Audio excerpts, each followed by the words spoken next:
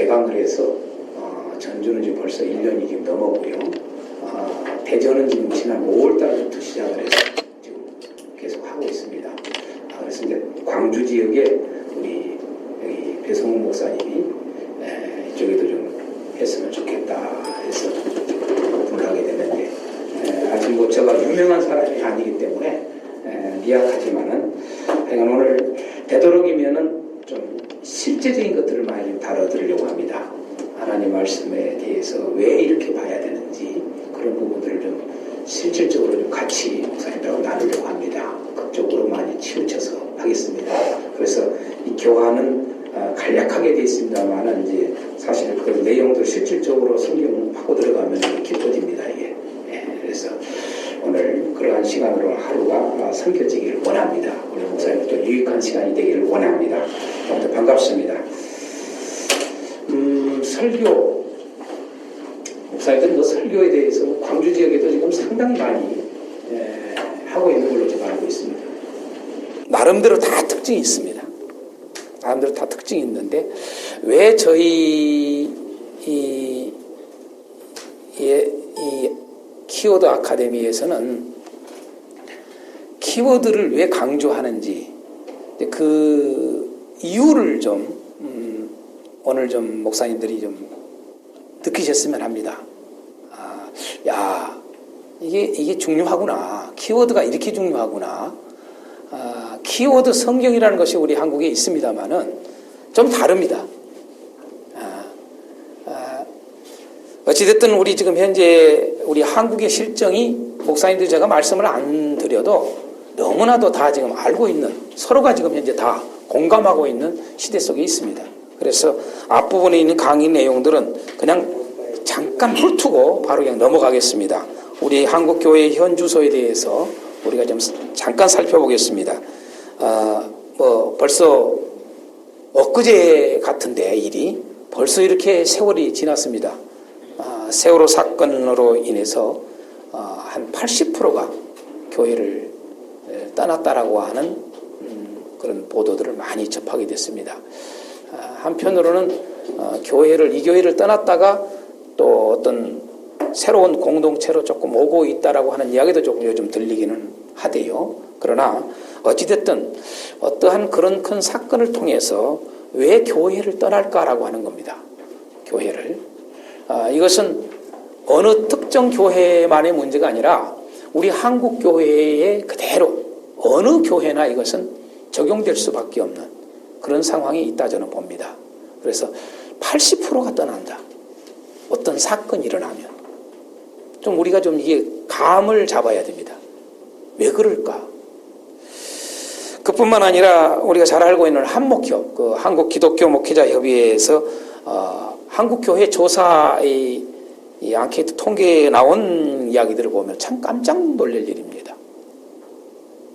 우리 한국교회 성도들을 대상으로 설문조사를 한 통계 결과가 뭐냐? 영생에 관심이 있는 성도가 30%뿐이 안 된다는 겁니다. 희한한 것은요. 그러니까 70%는 다른 곳에 이 구원, 영생 이런 데 관심을 갖기보다는 이 세상에 살아가는 가운데 있어서 어떤 마음의 평안, 아니면은 건강, 어떤 재물, 등등 어떤 성공, 어떤 일들이 잘 돼가기를 바라는 거, 우리가 보통 이교도에서 가지고 있는 그러한 관심이 똑같이 가지고 있는 비율이 한 70%라고 하는 그런 통계가 나옵니다. 또 최근에 그 CBS 우리가 이 신천지 다큐를 다 보셨을 겁니다. 우리 목사님들은. 저도 다 첫 편부터 마지막 편까지 다 들었습니다만은 신천지에 빠진 사람들이 이 다큐를 통해서 보여준 마지막 결론, 마지막 편에 강조하고 있는 게 뭐냐? 말씀을 강조하고 끝냈습니다. 그게 그러한 것들이 왜 그 마지막 편에다 그걸 줄까? 그게 다 이유가 있다는 거지요. 우리 한국 교회의 지금 실상을 그대로 보여주고자 하는 거지요. 더 나아가서 한국 기독교 역사학회라고 하는 게 있는데 그 학회에서 제328회 그 학술 발표회를 했었습니다. 그때 그 학술 발표회 할 때에 신천지로 가는 이유에 대해서 발표를 했습니다. 왜 우리 한국교회가 신천지로 갈까? 왜 이렇게 많이 신천지로 갔을까? 제가 더 놀란 것은 이 이단 연구하시는 또 상담하고 계시는 대표적인 우리 한국의 진용식 목사님 아실 겁니다. 진 목사님한테 내가 직접 들었습니다. 놀리지 말라는 거예요. 이 목사님 놀리지 말래요. 그래서 왜 그러냐고 그랬더니 목사님들이 한 300명이 넘어갔답니다. 깜짝 놀랐습니다. 더 놀리지 말라는 거예요. 이제 제가 합동측입니다. 교단이. 합동측인데 합동측 목사들이 가장 많다는 겁니다. 진 목사님 이야기가 제가 깜짝 놀랐습니다. 어떻게 말씀을 강조한 교단인 목사님들이 어떻게 그렇게 갈 수 있을까? 그 이유가 뭘까? 이런 고민도 제가 해봤습니다.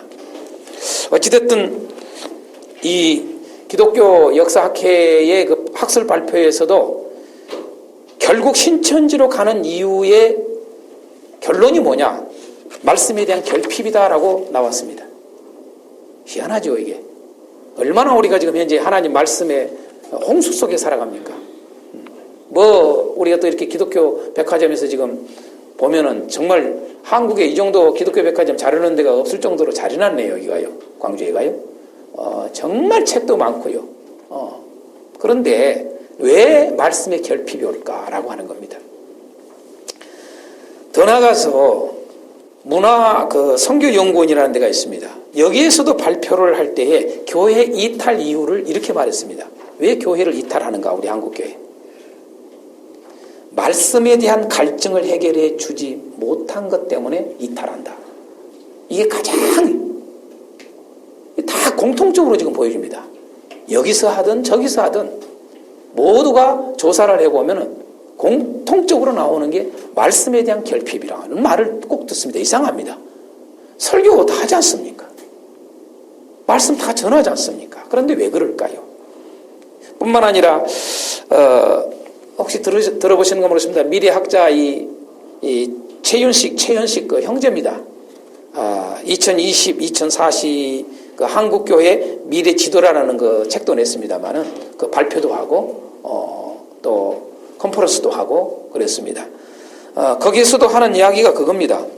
한국 교회에 주신 마지막 골든 타임이 이제 10년이다. 이 10년을 놓치지 말아라. 이게 가장 슬로건으로 내거는 그들의 주장입니다. 그런데 여러 가지의 지금 우리 한국교회의 위기를 내적으로 외적으로의 위기들을 다양하게 이야기를 하면서 해답이 무엇일까라고 하는 겁니다. 이 위기를 이길 수 있는, 이 위기를 벗어날 수 있는 돌파구는 과연 무엇일까라고 하는 그 해답도 이 최 박사는 분명하게 뭐라고 그러느냐? 말씀이다라고 딱 종직을 찍습니다. 여러모로 연구를 해서 결론을 내린 겁니다. 마지막으로 우리 한국교회 연주소 속에 또 하나, 이제 그러면은 외부에서 우리 한국교회를 볼 때 어떻게 볼까? 중에 우리가 잘 알고 있는 21세기 대표적인 강해 설교가인 존 메가더 목사님 하시는 말씀이 한국교회를 뭐라고 말을 했느냐? 교회가 잃은 것은 단 한 가지다. 성경이다. 이걸 강조합니다. 다시 말해서 성경의 절대 권위가 무너졌기 때문에 교회는 위기가 온다. 라고 하는 것으로 한참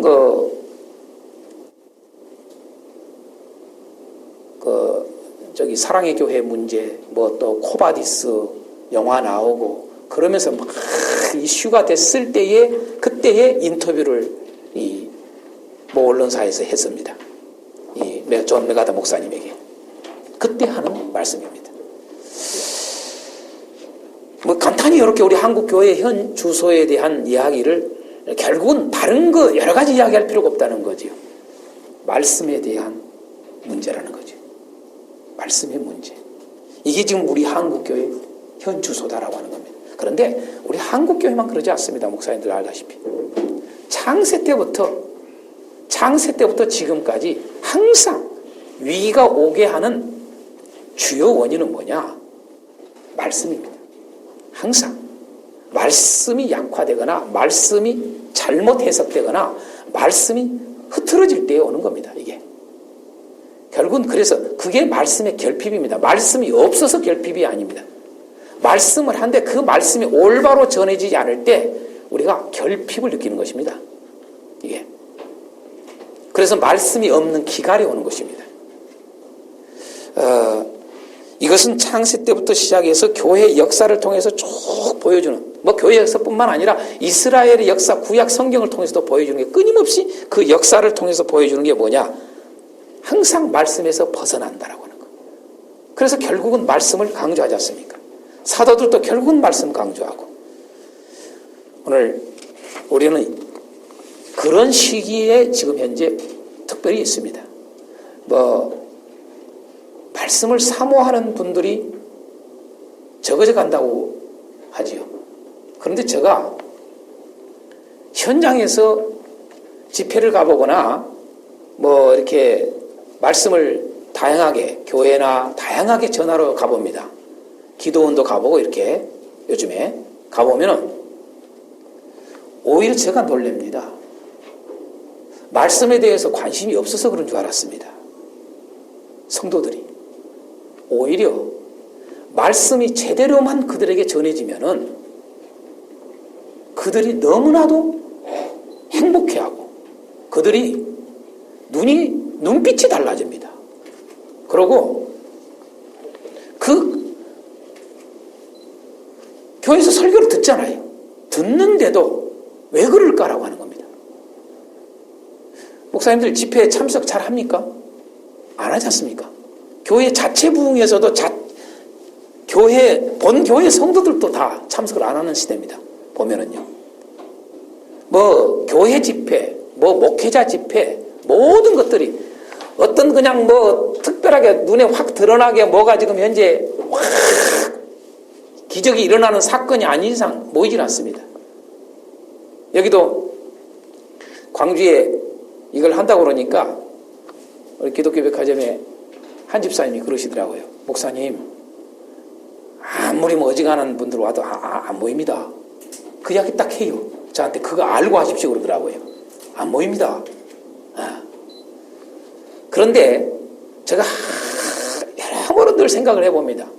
제가 이렇게 집회를 해보면서 성도들에게 교회나 집회를 해보면서 저는 집회하는데 안 모인 게 아니라 더 불어납니다.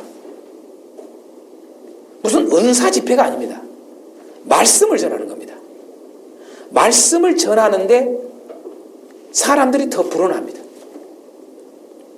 그게 현실입니다. 작은 교회든 큰 교회든 내가 해보니까요. 아하, 정말 하나님의 말씀에 대한 갈급함이 무엇인가라고 하는 것을 제가 직접 내가 체득을 합니다. 그게 뭘까라고 하는 거죠. 결국은 강단에서 하나님의 말씀이 제대로만 전거된다면은 교회는 또 우리 한국 교회는 위기가 올 수가 없습니다. 결국은 위기는 항상 하나님의 말씀이 살아 역사하시도록 그 말씀을 또한 그 양에 맞게 해줘야 됩니다. 우리는 보통 설교가요, 채워지지 않는 설교를 할 때 문제가 옵니다. 채워지지 않는 설교. 근데 채워지는 설교를 하려다 보니까 어떤 문제가 대두가 되느냐? 요즘 설교가요, 신대원 설교학을 하고 있는 신대원까지도 놀랍게도요, 목사님들 아실 거예요. 테크닉적으로 다 돌아갑니다. 테크닉적으로. 성도들의 그 어떠한 것들을 채워주는 것들이 그 테크닉으로 된 줄 압니다. 그래서 어떤 이런 감정이 들어가고 어떠한 방법으로 기술을 가르치는 겁니다. 그러면 교회는 무너집니다. 반드시 무너지게 되어 있습니다. 테크닉으로 사람을, 영혼을 잡는 게 아닙니다. 세상 방법처럼 어떤 테크닉으로 내가 말을 잘해서 저들을 끌지는 않습니다. 진정으로 하나님의 자녀들은 영적인 말씀을 듣기를 원합니다. 그래서 그 영적인 말씀이 제대로 증거될 때에 교회는 탄탄하게 가는 겁니다. 그게 한국 교회를 살리는 길입니다. 결핍은 다른 데서 오는 게 아닙니다. 세속화에 의해서 오는 겁니다. 설교가 세속화돼 버립니다. 설교가 인본주의로 갑니다. 말은 하나님 종 우리가 이야기를 합니다. 그런데 정말 하나님의 말씀을 전하느냐라고 하는 겁니다. 제가 첫 서두에 그런 질문을 툭 던졌습니다. 진리를 전하고 있습니까? 이렇게 던졌습니다. 다 진리라고 그러지요. 뭐 우리만 진리라고 그럽니까? 불교도 진리라고 그러고 다 진리라고 그럽니다. 동일한 용어를 쓴다고 해서 동일한 건 아니지 않습니까? 우리가. 그래서 정말 성경에서 말하는 진리를 전하고 있는가? 하나님이 말씀하는 그 진리를 전하고 있는가? 오늘 우리가 하나님의 뜻을 전하고 있는가? 그걸 우리는 한번 점검해 볼 필요가 있습니다. 그런 의미에서 반드시 설교는 어떤 문제가 오냐면요. 설교와 성경은 떨어질 수가 없다. 그건 다 아시잖아요. 좀 더 이야기하면요. 설교를 잘하려고 하지 말고 성경을 바로 알려고 애를 써야 됩니다. 그게 목회자의 해야 될 역할입니다. 어떻게 하면 설교를 잘할까? 그러면 안 됩니다. 그러면은 이상하게 갑니다. 그래서 꼭 예화를 해야 된다는 강박관념이. 그래서 어떤 좋은 예화를 해서가 여러분 영혼을 살리느냐 안 살리느냐 좀 과하게 내가 말씀드릴게요. 세상에 정말 수많은 말 잘하는 수많은 교수들, 박사들 많습니다. 사람 마음을 딱 사로잡을 수 있는 말을 할 수 있는 사람이 세상 사람들 많습니다. 가득합니다. 그런데 설교자가 그것으로 설교를 하려고 합니다. 그런데 겉으로는 그것이 사람을 감동을 주니까 그게 되는 줄 압니다. 결코 영혼을 자라게 할 수가 없습니다. 그들에게는 영생이 있을 수가 없습니다. 그들에게는 하나님의 나라가 존재할 수가 없습니다. 그걸 냉정하게 우리가 생각해야 됩니다. 설교자가요. 그래서 어떻게 설교를 할까가 아니라 하나님의 말씀을 제대로 내가 전달하는가라고 하는 겁니다. 여기에 우리의 관심입니다. 그래서 이 설교와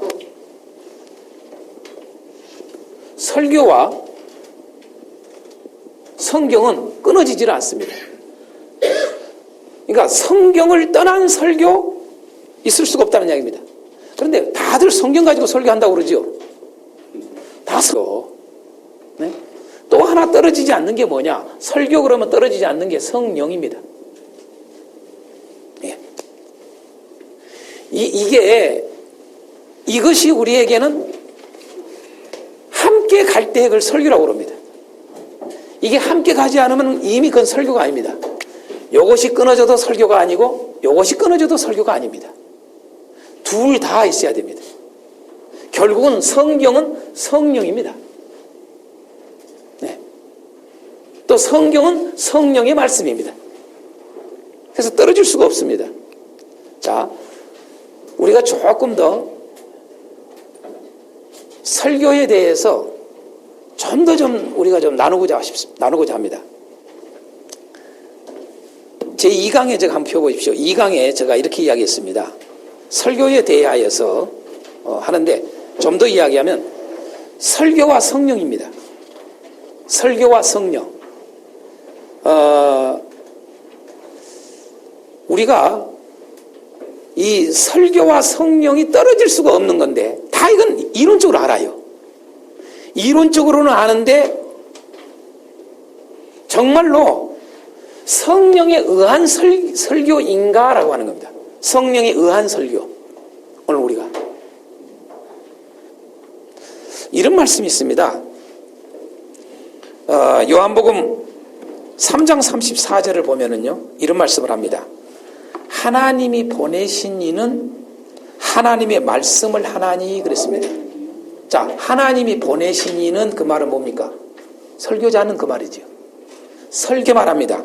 이는 하나님이 성령을 한량없이 주심이니라. 아멘. 다시 말해서 성령이 없이는 하나님의 말씀을 전할 수가 없는 겁니다. 예, 성령이 없는 사람은 하나님의 말씀을 결코 제대로 전하지 않습니다. 이 자리에 오신 목사님들은 다 성령으로 충만하신 분으로 제가 압니다. 그런데 제가 종종 목사님들을 접해보면은 전혀 성령이 없는 사람들이 있습니다. 정말입니다. 놀라운 사실입니다. 성령에 충만하지 않습니다. 모르겠습니다. 성경은 전한지 모릅니다. 성경. 그런데 성령이 정말 없는 분들이 많습니다. 왜냐하면요, 제가 단적으로 이야기 드릴게요. 성경 해석하는 거 보면 그냥 압니다. 설교를 할 때에 그 설교가 어떻게 하는가, 저 사람이 정말 기가 막히게 말을 잘합니다.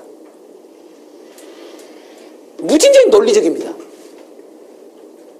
사람들을 아주 마음을 끌 수 있습니다. 그리고 아주 수준이 높습니다. 그런데 그 해석을 보면은 그냥 압니다. 아하, 저분은 성령이 있는 사람인가 없는가 그냥 압니다.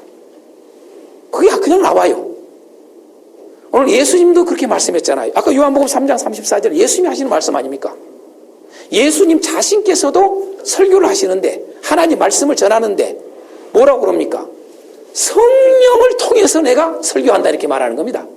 성령을 한량없이 아버지께서 주셨기 때문에 내가 하나님 말씀을 전합니다 라고 하는 겁니다. 이게요. 그런데 하물며 오늘 우리 설교자들이 어떠냐 그 말입니다. 성령이 없는 설교는, 성령이 없는 성경을 전하면 있을 수가 없는 거죠. 그건 설교가 아니라는 거죠. 그래서 성령과 설교는 떨어질 수 없는 그런 관계에 있다라고 하는 거 우리가 놓치면 안 됩니다.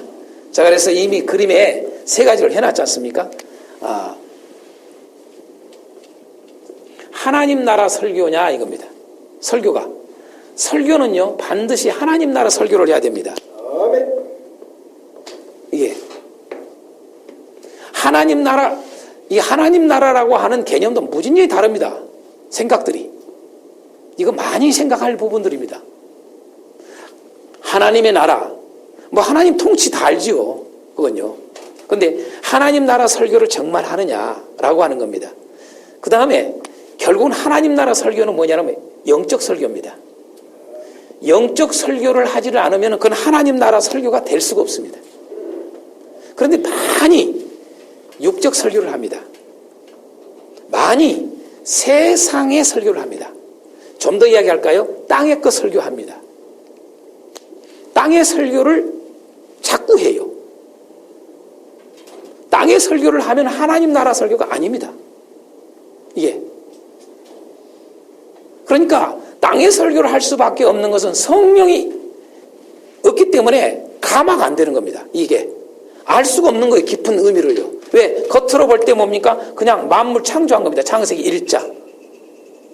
그러니까 자꾸 이 땅에서의 그 살아가는 생육 번성만 강조합니다. 이거에 대한 진정한 의도를 모릅니다.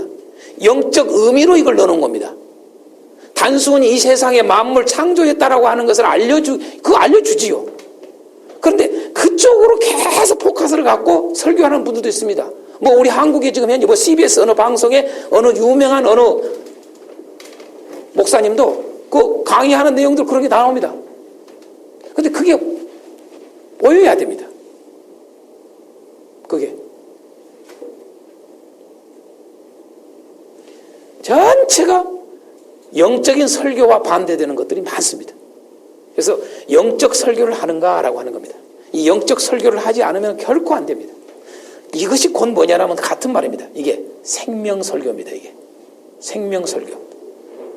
그래서 생명설교를 하고 있는가, 그 말은 곧 영적 설교를 하고 있는가 그 말입니다. 그 말이 곧 하나님 나라 설교입니다. 이게 떨어질 수가 없습니다. 이게 하나입니다. 하나. 그래서 결국은 성령과 설교는 떨어질 수가 없습니다. 그런데 제가 이제 어느 목사님 이야기를 했습니다만은 설교의 자유함에 대해서 이제는 저는 어떤 분은 그렇다고 그럽니다. 그 성경을 쭉 읽다가 마태복음 10장 19절 말씀을 읽고는 설교에 대해서 자유를 누렸답니다. 야,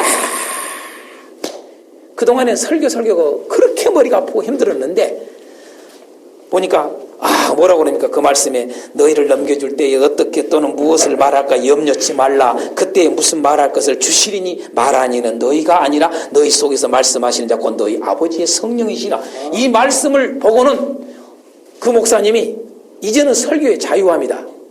그래서 설교 준비할 필요가 없구나. 성령님이 다 알려주신다고 그랬으니 그런 에피소드도 있습니다. 그런 의미가 아니죠. 그죠? 그런 의미로서 잘못 또 이렇게 오해하면 안 되는 거죠. 어찌됐든 우리가 이 설교와 성경, 이것은 끊어질 수 없는, 떨어질 수 없는 관계인 것을 우리가 놓치지 말아야 됩니다. 이뿐만 아니라 예수님께서 요한복음 6장 63절에 살리는 것은 영이다 그랬습니다. 영이다.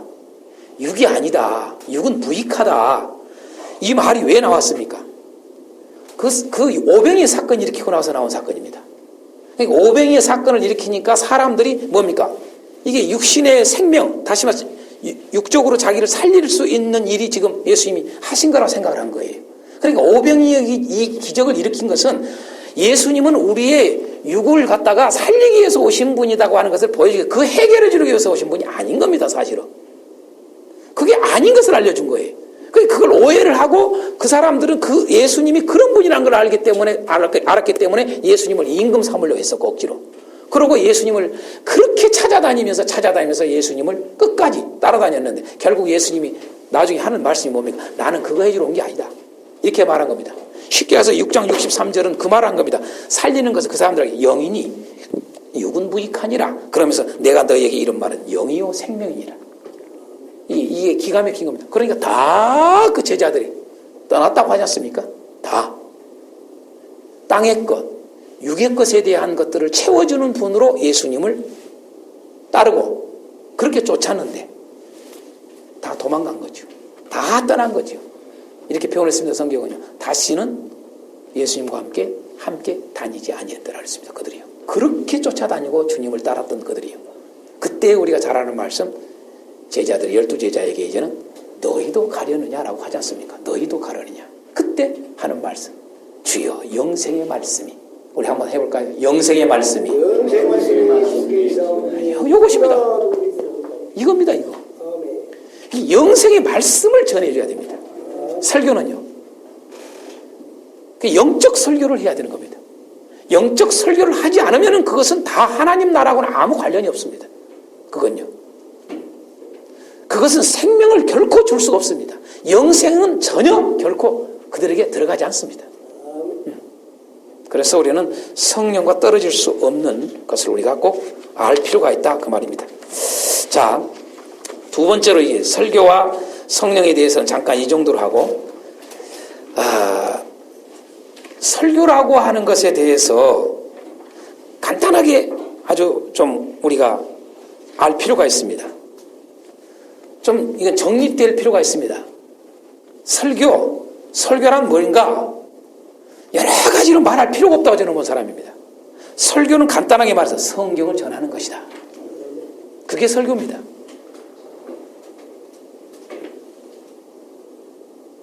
근데 우리는 자꾸 놓쳐요. 그걸요. 자, 구약 시대에 보면은 선지자들이 자기 말을 하지 않습니다. 그건 다 거짓 선지자들입니다. 하나님이 주신 말씀을 전했습니다. 네. 하나님의 말씀을 전하는 것이지 자기 말을 하는 게 아닙니다. 그런데 선지자들만 그럽니까? 예수님도 그렇게 했다 이 말입니다. 예수님도 내 말을 전하는 게 아니라 아버지께서 주신 말씀, 아버지께서 보여준 것, 그거 내가 한다 이겁니다. 또 사도들도 보십시오. 사도들이 자기 멋대로 합니까? 사도들이 뭐라고 합니까? 예수님이 분명히 사도들에게 말합니다. 내가 분부한 모든 것을 가르쳐 지키게 하라. 그래서 사도들은 자기 말을 하는 게 아닙니다. 예수님의 말씀을 전하는 겁니다. 그런데 오늘날 우리 목회자들은 어떻습니까? 성경을 하려고 하지 않습니다. 희한한 것은요. 뭐 우리가 잘 알다시피 어떤 분들은 성경을 한 절 읽어놓고 설교를 하는 경우들이 있습니다. 이게 다 잘못됐다는 말은 아닙니다. 그러나 잘못된 경우들이 종종 나타납니다. 이제 오늘 실질적으로 다뤄보면요. 왜 성경을 갖다가 한 줄로 하는 것은 위험한가를 제가 알려드릴 겁니다. 이게. 또 어떤 분들은 성경을 한 몇 절 읽어놓고 뭐 이것은 온데가 안 돼 없습니다. 읽을 때만 성경이지 이건 온데가 안 돼 없고 설교는 다 다른 이야기 하고 있습니다. 그런 경우들도 허다하고요. 정말로. 또 성경을 다 이야기하지만은 이것을 어떻게 인용하고 적용하느냐라고 하는 것에서 우리가 많은 것들을 생각을 해야 됩니다. 설교는요. 왜? 설교는 성경을 전하는 겁니다. 그럼 성경은 뭐냐? 성경은 다시 말해서 아주 간략하게 표현하면 성경은 이런 말입니다. 하나님을 전하는 겁니다. 성경은 하나님을 전하고 있습니다. 또 하나님이 하신 일을, 하나님이 하시는 일을 갖다가 전하는 겁니다. 하나님이 하신 일. 그리고 또 좀 더 이야기하면 하나님의 말씀이 있습니다. 성경 안에는 하나님을 전하고 하나님이 하신 일을 전하고 하나님의 말씀을 전합니다. 이것이 곧 뭐냐? 이게 하나님 나라입니다. 이곳이 곧 예수 나라입니다. 이게 예수 나라. 이것을 갖다 그대로 합니다. 이게 이제 뭡니까? 예수님. 자, 예수님 하신 일. 자, 예수님 말씀. 그렇죠? 보십시다. 구약에는 이런 표현 썼습니다.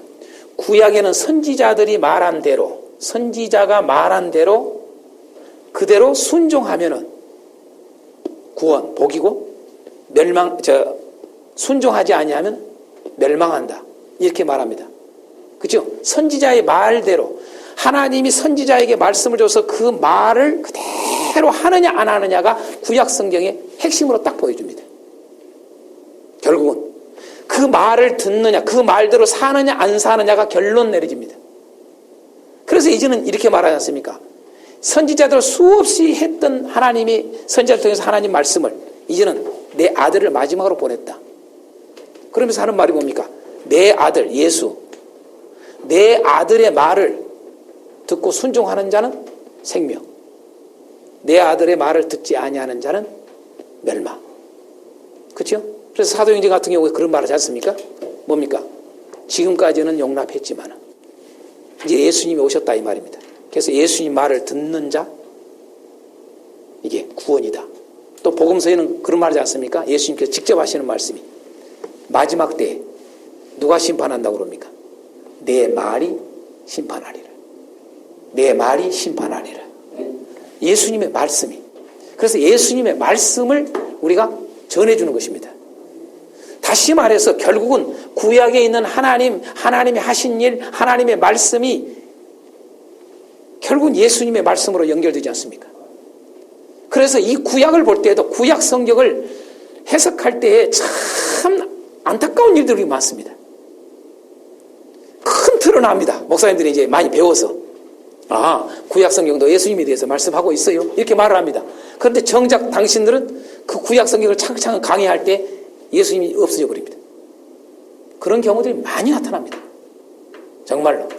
그러니까 그 말씀 속에서 예수님을 제대로 볼 수 있어야 됩니다. 오늘 실전을 할 때 제가 구약에 한두 군데 볼 겁니다. 볼 때에 왜 정말 그렇게 봐야 되는가? 왜 이걸 성경을 이렇게 해석해서 전달해야 되는가? 그걸 알 수 있습니다. 그게 알아야 됩니다. 그래서 결국은 예수님을 전하는 거예요. 예수님 하신 일을 전하는 것이고 예수님 말씀을 전하는 겁니다. 그것이 뭐냐라면 성령이 하시는 겁니다. 성령의 기록입니다. 그걸 성경이라고 그러지 않습니까? 그래서 결국은 성경을 전하는 것은 성령의 말씀을 전하는 거 아닙니까? 오늘 이게 우리에게 아주 중요합니다. 자, 그런데 조금 더 들어가겠습니다. 제가요. 이따가 키워드 설교에 대해 할 때 제가 좀 다루겠습니다. 그 뒷부분은. 그냥 넘어가겠습니다. 실전으로 많이 좀 가기 위해서 넘어가겠습니다. 설교의 원리 제가 좀 다루고 가겠습니다.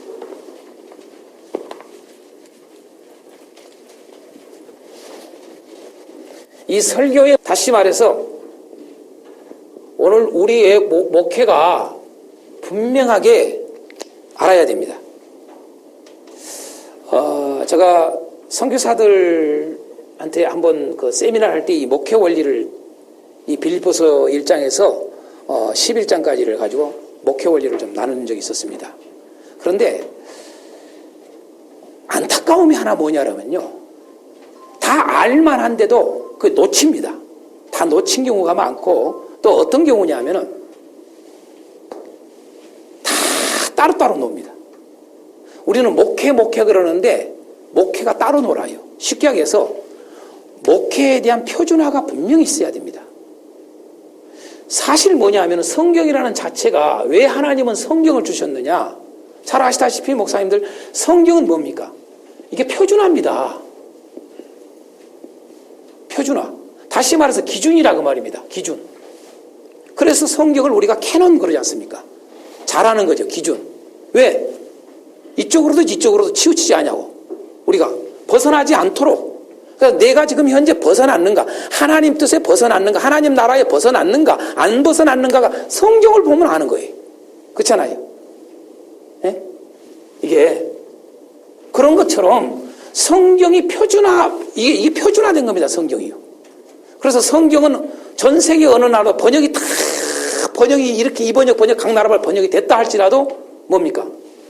온 세계가 동일한 표준화가 되어 있습니다. 이게 벗어나면 안 되잖아요. 마찬가지입니다. 목회에 대한 표준화가 분명히 있어야 됩니다. 저는 그 신학을 할 때 목회학 좀 그런 부분들을 좀 다뤘더라면 목회학 시간에 정말로 목회가 뭐인가 이런 원리부터 시작해서 그런 부분들을 좀 다뤘다면 얼마나 좋을까 신학을 할 때 그걸 나중에 목회를 하면서 좀 생각을 했습니다. 제가요. 그래서 목회 원리가 분명하게 있습니다. 이게 그냥 마구잡이로 하는 게 아닙니다. 이게요. 그래서 오늘 우리가 빌립보서 한번 볼까요? 빌립보서 한번 1장 보겠습니다.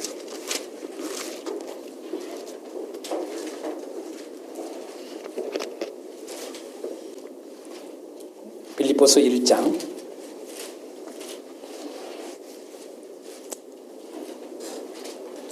3절에서 11절까지 한번 합독하겠습니다. 시작. 내가 너희를 생각할 때마다 나의 하나님께 감사하며 간구할 때마다 너희 무리를 위하여 기쁨으로 항상 간구함은 너희가 첫날부터 이제까지 복음을 위한 일에 참여하고 있기 때문이라. 너희 안에서 착한 일을 시작하신 이가 그리스도 예수의 날까지 이루실 줄을 우리는 확신하노라. 내가 너희 무리를 위하여 이와 같이 생각하는 것이 마땅하니 이는 너희가 내 마음에 있음이며 나의 매임과 복음을 변명함과 확정함에 너희가 다 나와 함께 은혜에 참여한 자가 됨이라. 내가 예수 그리스도의 심장으로 너희 무리를 얼마나 사모하는지 하나님이 내 증인이시니라. 내가 기도하노라. 너희 사랑을 지식과 모든 총명으로 점점 더 풍성하게 하사 너희로 지극히 선한 것을 분별하며 또 진실하여 허물 없이 그리스도의 날까지 이르고 예수 그리스도로 말미암아 의의 열매가 가득하여 하나님의 영광과 찬송이 되기를 원하노라. 아멘. 자, 보면은 제일 첫 번째 목적입니다. 이 목회의 목적 같습니다. 목회의 목적이 설교의 목적과 동일합니다. 목회의 원리와 설교의 원리가 다를 수가 없습니다. 항상 함께 가야 됩니다. 그래서 우리는 설교의 목적이 뭐냐 이겁니다. 우리는 목회를 무엇을 위해서 하느냐 그 말입니다. 네. 목회의 목적이 분명히 있습니다.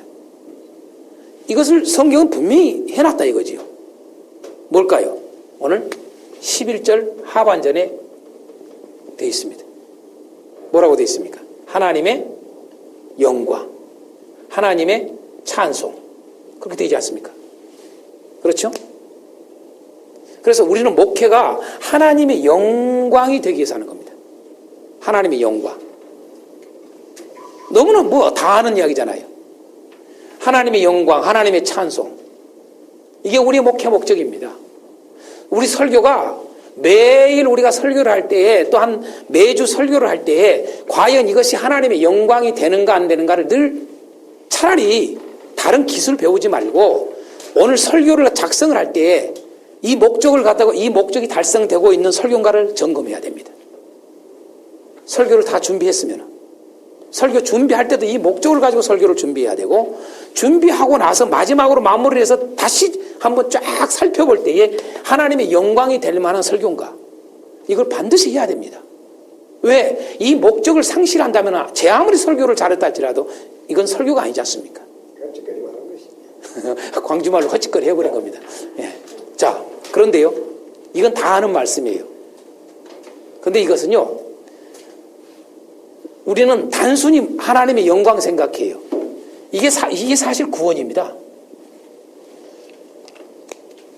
네. 구원입니다. 구원. 그러지 않습니까? 왜? 구원이라고 하는 것은 하나님의 영광에 이르는 겁니다. 그죠? 그래서 하나님의 영광에 이르지 못하면 그건 구원이 아닙니다. 그런데 우리는 이 구원을 하나님의 영광에 이르는 것을 아주 기본적인 건 압니다. 구원은 예수 믿으면 돼. 이거 한단 말이에요. 근데 너무 단순화되어 있단 말입니다. 이게. 그래서 요 부분들을 좀 우리 알아야 됩니다. 자, 목적은 분명히 알았습니다. 두 번째로 중요한 것은 이 목적을 달성하기 위한 분명한 목표가 있어야 됩니다. 목표가 없는 목적은 있을 수가 없습니다. 목표가 안 이루어집니다. 그래서 우리 목회의 목표가 뭘까? 여러 가지로 이야기를 해요. 저는 이 목회 원리에 의해서 좀 다르게 했으면 좋겠다는 생각을 합니다. 자, 이것은 오늘 말씀이 어디 나옵니까? 11절 상반절에 나옵니다. 그렇죠? 11절 상반절에 뭐라고 나옵니까? 예? 자, 의의 열매입니다. 자, 의의 열매. 그래서 이런 부분들을 우리는 성경을 볼 때 이런 부분들을 이렇게 밑줄을 치거나 아니면 동글뱅이 치거나 해놔야 돼요.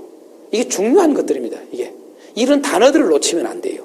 성경 해석에 있어서 중요한 단어들을 잘 간파하느냐 안 하느냐가 성경 해석의 결론이 떨어집니다. 이게 아주 중요한 단어들을 놓치면 안 됩니다. 그걸 알아야 됩니다. 근데 마구잡이로 생각한단 말입니다. 이게. 자, 보십시다. 의의 열매입니다. 한번 우리 한국교회 과연 의의 열매를 맺기 위한 목회냐 교회였느냐라고 하는 질문 던지면은요 약합니다. 그잖아요. 그러니까 이것은 어디로 날아가 버리고요. 요건 강조했어요. 하나님 영광 강조했어요. 얼마나 하나님 영광 강조 많이 합니까? 네. 하나님 영광, 첫째도 하나님 영광, 둘째도 하나님 영광. 다들 이야기합니다. 하나님 영광을 위하여, 영광을 위하여. 그런데 어떻게 영광을 돌리느냐, 영광이 나타나느냐, 그게 의의 열매입니다. 이게 없으면 영광이 되지를 않습니다, 이게 이루어지지 않습니다. 잘 아시다시피 성경은 농부가 농사를 짓는 것으로 해서 식물의 열매를 맺는 것으로 표현을 많이 했단 말입니다. 구약이나 신약이나.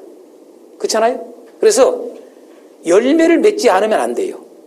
반드시 식물이 열매를 맺도록 하기 위해서 농부가 농사 짓지 않냐? 이 표현을 쓴단 말입니다. 우리가 잘 알다시피 알곡과 쭉정이 이야기도 하고, 예? 열매 맺지 아니하면은 다 찍어지는 겁니다. 그래서 열매 맺어야 됩니다. 그런데 어떤 열매냐? 의의 열매입니다. 의의 열매. 의의 열매를 맺게 하느냐라고 하는 겁니다. 이걸 쉬운 말로 말해서요.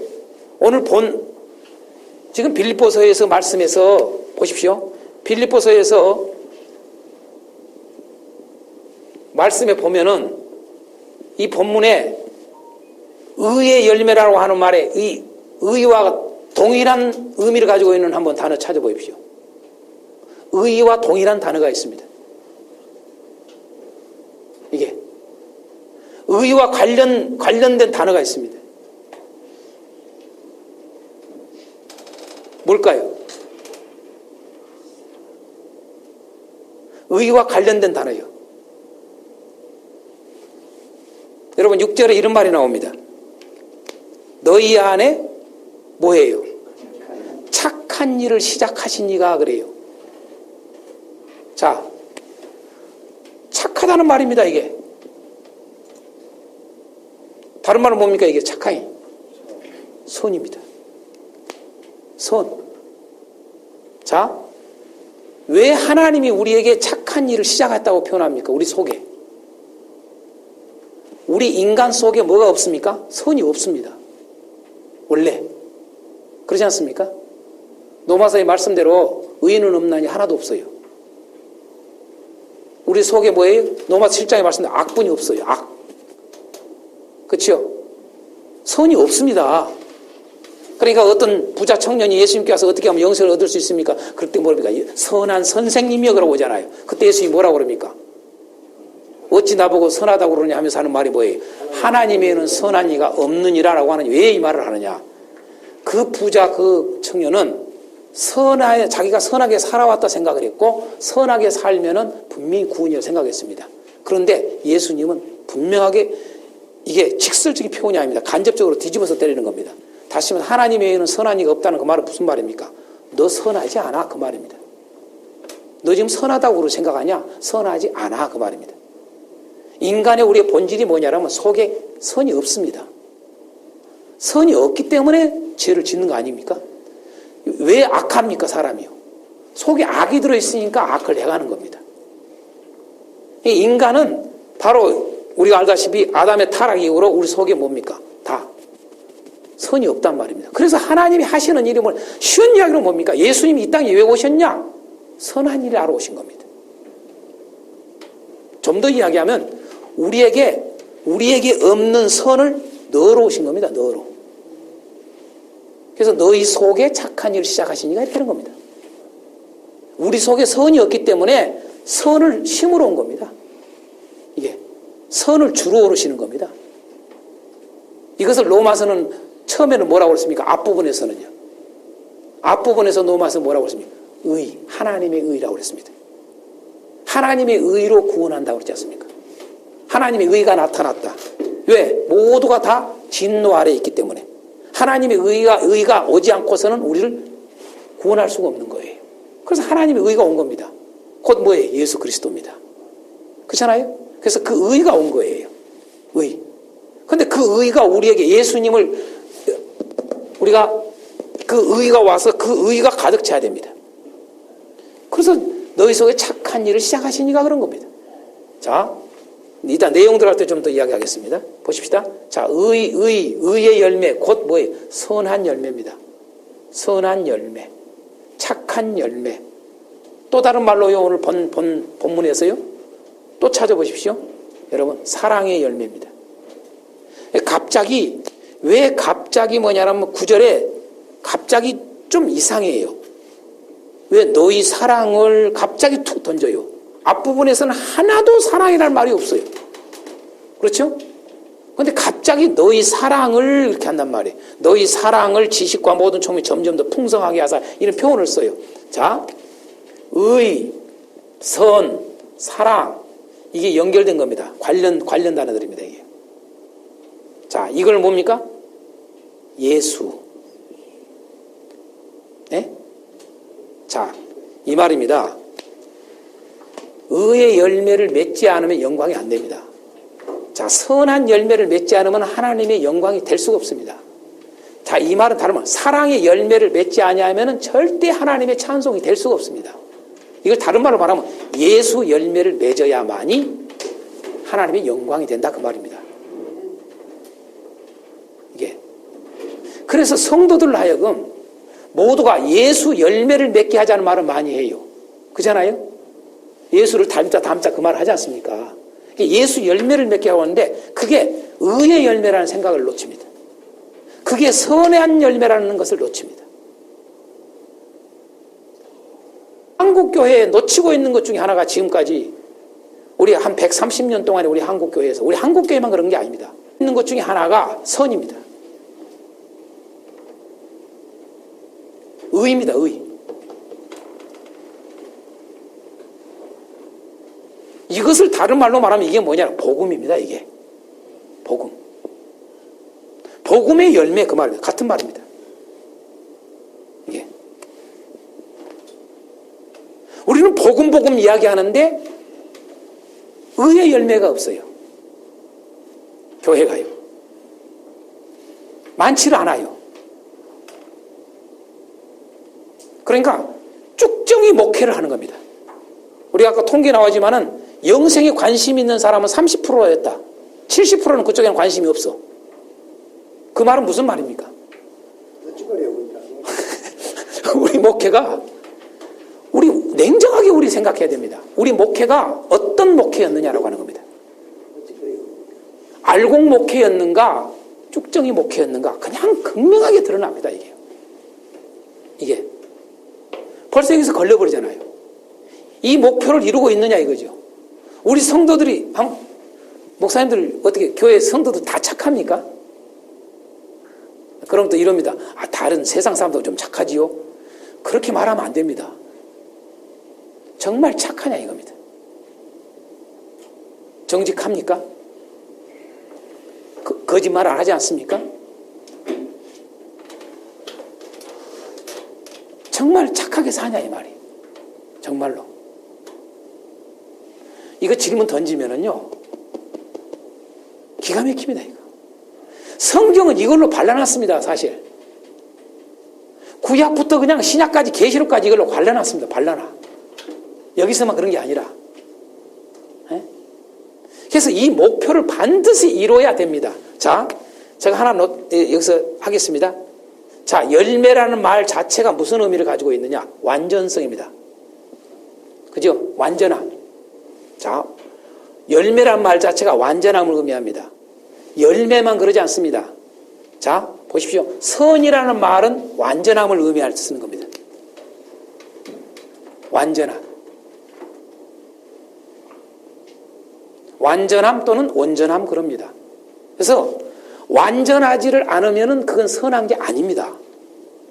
이게 선이라는 의미가 그렇게 쓰는 겁니다. 자, 우리가 흔히 자, 착하다, 선하다 같이 쓰는 우리 한국 단어를 참 재밌게 씁니다. 좋다. 그렇죠? 좋다라는 말 쓰죠. 좋다. 좋다. 좋다라는 말이 무슨 말이에요? 선하다는 말입니다. 이게. 우리 한국어로. 네? 그 말이 착하다 같은 말입니다. 이게 다. 우리가 창세기 1장에 모든 만물을 창조하실 때 하시고 나서 꼭 하시는 말씀. 좋았더라. 그렇죠. 보시기에 좋았더라라는 말. 7번 하지 않습니까? 근데 그 좋았다라는 말이 무슨 말이냐? 단순히 우리는 좋다라는 말이 이것만 생각합니다. 우리는 영어 번역본 안 봐도 압니다. 어떤 번역본은 여러분요, 좋다라는 말로 써졌고요. 어떤 번역본은요, 완전하다라는 썼습니다. 퍼펙트로. 근데 굳이 번역본 안 봐도 압니다. 우리 한글만 알아도. 좋다라는 말이 선하다는 말이요. 그 좋다는 말이 착하다는 말이요. 좋다는 말이 완전하다는 말입니다. 다시 말해서 하나님이 창조해 놓으시는 것을 볼 때 그것이 뭐예요? 선하다 그 말입니다. 원래 처음 창조할 때 선했습니다. 예. 하나님이 창조해 놓고 그걸 볼 때 뭡니까? 그 창조의 모든 만물이 완전했습니다. 그렇지 않습니까? 그러니까 기뻐하시는 거죠. 자, 거기서 우리가 얼른 알 수 있습니다. 그게 영광입니다.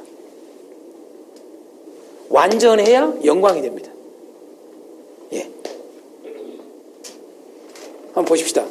요게요. 요게 불완전해. 불완전하면 이걸 뭐라고 그럽니까? 불완전하면 뭐라고 그래요? 좋다 그럽니까? 안 그럽니까? 나쁘다고 그래요. 여기에 여러분요, 무슨 조그만 거 하나 속에 들어가도요, 어떤 물질이 들어가도요, 에이 합니다. 그러지 않습니까? 여러분 옷 새로 사 입을 때 어떻게 합니까? 어디 흠집이 있으면 어떻게 됩니까? 좋아합니까? 안 좋아하지 않습니까? 그렇죠? 우리가 언제 좋아합니까? 완벽할 때 좋아합니다. 완벽할 때. 그렇죠? 그런데 그런 것은 완벽해야 된다는 생각을 갖고 있는데 정작 이 하나님의 영광은 완전해야 영광이라는 것은 놓칩니다. 우리가 많이요. 그럴 때가 많지 않습니까? 이거 고민 많이 해야 됩니다. 이런 부분들요. 네. 그래서 결코 선하지 않는 것은 좋다고 그러면 안 됩니다. 선하지 않는 것은. 착하지 않는 것은 절대 좋다고 그러면 안 됩니다. 근데 악한 자들은 다 그걸 좋다고 그러잖아요. 표현 쓰잖아요. 자, 잠시 쉬겠습니다. 잠시 쉬었다가 시작하겠습니다.